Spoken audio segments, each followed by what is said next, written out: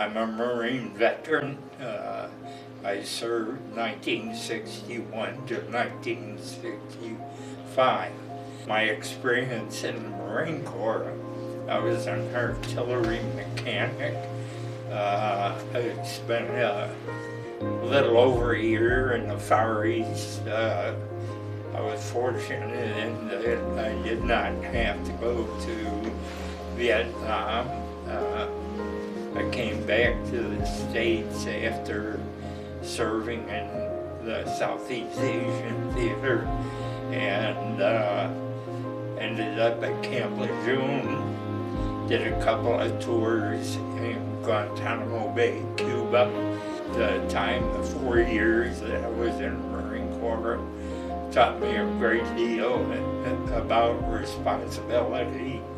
It was a period of my life from 17 to 21 years of age, and it was a good place to grow up and become a man.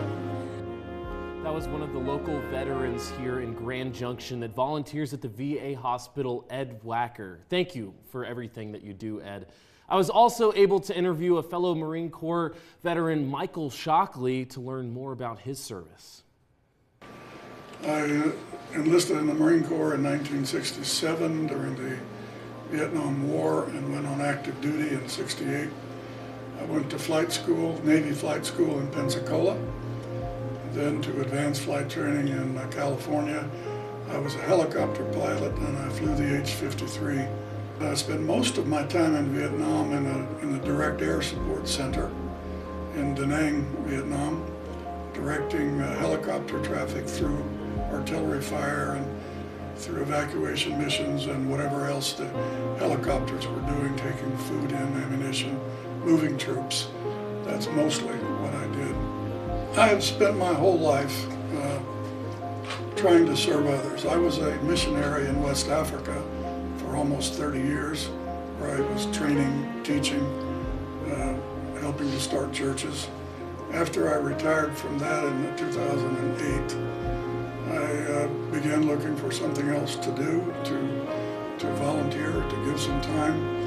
I really like working at the desk where I can have a chance to talk to the veterans that are coming in, and we share a lot of stories and talk about things. And there's just a camaraderie with veterans, all veterans, not just Marine veterans, but all veterans, in which you just have a relationship that you just don't have with the civilian world.